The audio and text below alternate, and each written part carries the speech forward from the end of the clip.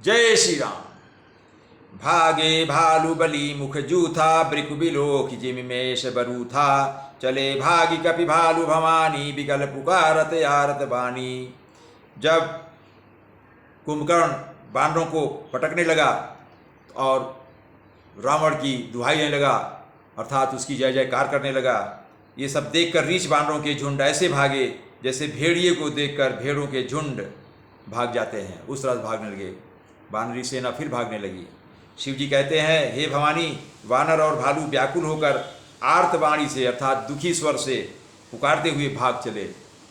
यह निशिचर दुकाल समयाई कपिकुल देश परन अब चाही कृपा बारिधर राम खरारी पाही पाही पर तारती हारी।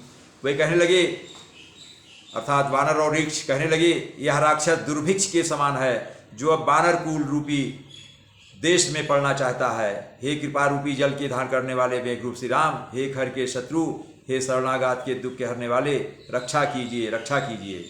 सकरुण बचन सुनत भगवाना चले सुधारी सरासन बाना राम सेन निज पाछे घाली चले सकोप महाबलशाली। करुणा भरे वचन सुनते ही वानर सेना की करुणा भरे वचन सुनते हुए भगवान राम धनुष बाण सुधार कर चले। महाबलशाली श्री राम जी ने सेना को अपने पीछे कर लिया और वे अकेले क्रोधपूर्वक आगे बढ़े, अर्थात से अपनी वानरी सेना को अपने पीछे कर लिया और आगे हो गए और आगे बढ़े। खैंची धनुष सर सत संधाने छूटे तीर शरीर समाने लागत सरधा वारिस भरा कुधर डगमगत डोलती धरा।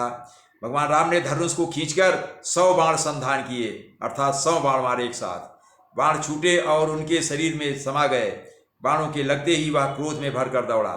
दौड़ने से पर्वत डगमगाने लगे और पृथ्वी हिलने लगी। भगवान राम ने एक साथ 100 बाण मारा तो कुंभकर्ण के शरीर में सभी बाण लग गए और जब वो उसको बाण लगे तो और क्रोधित हो गया और जब तेजी से क्रोध से दौड़ने लगा तो पृथ्वी और पर्वत सब डगमगाने लगे। लीन एक तह शैल उपाटी रकुल तिलक भुजा सोई काटी धावा बाम बाहु गिरिधारी प्रभु सो भुजा काटी मही पारी। उस कुंभकर्ण ने एक पर्वत उखाड़ लिया, रकुल तिलक श्री राम जी ने उसकी वह भुजा ही काट दी। तब वह बाएं हाथ में पर्वत को लेकर दौड़ा, प्रभु ने उसकी वह भुजा भी काट कर पृथ्वी गिरा दी। जब एक भुजा से पहाड़ को लेकर चला कुंभकर्ण तो उसकी भुजा काट दी, फिर जल्दी से उसने कटते ही उस पहाड़ को दूसरे हाथ में ले लिया, फिर उस भुजा को भगवान ने काट दी, फिर वो पृथ्वी पर दोनों भुजाएं उसकी कटकर भगवान राम ने गिरा दी। काटे भुजा सो खल कैसा पच्छहीन मंदर गिर जैसा उग्र बिलोकनि प्रभु बिलोका ग्रसन चाहत मान त्रय लोका। कुंभकर्ण के भुजाओं के कट जाने पर वह दुष्ट कैसी शोभा पाने लगा जैसे बिना पंख का मंदराचल पहाड़ हो। उसने उग्र दृष्टि से प्रभु को देखा, मानो तीनों लोगों को निगल जाना चाहता है। अब वो क्रोधित भर उग्र दृष्टि से, भयंकर दृष्टि से भगवान राम को देखा, ऐसा लग रहा जैसे वो तीनों लोगों को खा जाएगा। कर चिक्कार घोरयति धावा बदन उपसारी गगन सिद्ध सुर त्रासित हा हा हेति पुकारी। वह कुंभकर्ण बड़े जोर से चिघाड़ करके मुंह फैलाकर दौड़ा।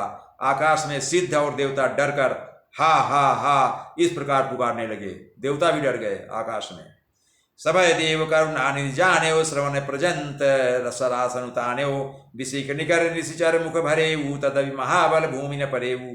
करुणा निधान भगवान ने देवताओं को भयभीत देखा, तब उन्होंने धनुष को कान तक तान कर राक्षस के मुख को बाणों के समूह से भर दिया, तो भी वह महाबली कुंभकर्ण पृथ्वी पर नहीं गिरा। सरनि भरा मुख सन्मुख धावा काल त्रोण सजीव जनुआवा तब प्रभु कोपी तीव्र सरलीना धरते भिन्नता सुख सिर कीन्हा। मुख में बाण भरे हुए वह कुंभकर्ण प्रभु के सामने दौड़ा, मानो काल रूपी सजीव तरकस ही आ रहा हो। तब प्रभु ने क्रोध करके तीक्ष्ण बाण लिया और उसके सिर को धड़ से अलग कर दिया। सो सिर परे दशानन यागे विकल भय जिमी फनि मणि त्यागे धरणी धसई धर धाव प्रचंडा तब प्रभु काटी काटी कीन दुई खंडा।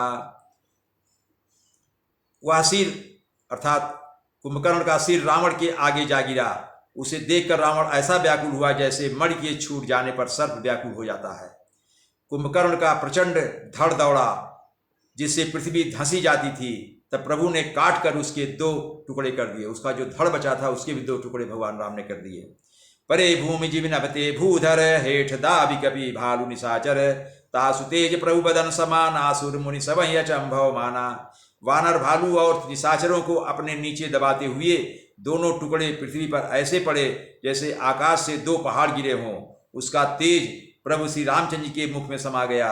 यह देखकर देवता और मुनि सभी ने आश्चर्य माना। सुर दुंदुभि बजामहि हर्षहि स्तुति करहि सुमन बहु बरसहि कर विनती सुर सकल सिधाए ते ही समय देव ऋषि आए। देवता नगाड़े बजाते हर्षित होते और स्तुति करते हुए बहुत से फूल बरसा रहे हैं। विनती करके सब देवता चले गए। उसी समय देवर्षि नारद आए। गगनो परिहरि गुण गण गाये रुचिर वीर रस प्रभु मन भाए। बेगी हतहु खल कही मुनि गाये राम समर मही शोभत भये। आकाश के ऊपर से उन्होंने श्रीहरि के सुंदर वीर रस युक्त गुण समूह का गान किया जो प्रभु के मन को बहुत ही भाया। मुनि यह कहकर चले गए, अर्थात नारद जी यह कहकर चले गए कि अब दुष्ट रावण को शीघ्र मारिए। उस समय श्री रामचंद्र जी रणभूमि में आकर अत्यंत सुशोभित हुए।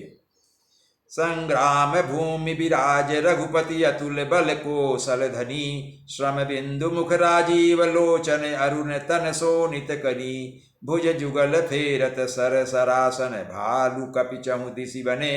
कह दास तुलसी कहि न सक छवि शेष जहि आनन घने। अतुलनीय बल वाले कौशलपति श्री रघुनाथ जी रणभूमि में सुशोभित हैं। मुख पर पसीने की बूंदें हैं।